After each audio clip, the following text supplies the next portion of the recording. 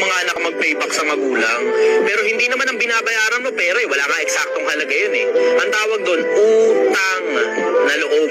May mga bakterya na kapag nag-exist yung bakterya na yun, eh wala nang pakialam yung magulang nila sa kanila. Wala na rin pakialam yung mga anak dun sa mga magulang ng mga bakterya na yun. Pero ang tao, pag pinanganak ka sa mundo, dun pa lang sa panahon na pinagbubuntis ka, it takes 9 months. Na pwede ka naman ipalaglag ng nanay mo eh, pero di niya pinili ipalaglag ka. Tapos dun sa panahon na pinanganak ka sa mundo, hindi mo pa kayang tumayo sa sarili mong mga paa. Kailangan pa kakargahin ka, pakakainin ka, dadamitan ka, bibihisan ka, lilinisan ka.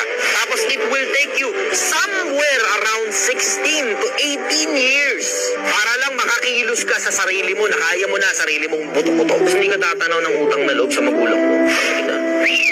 Yun lang pinanganak ka sa mundo, enough na para tanawin mong utang na loob sa magulang mo.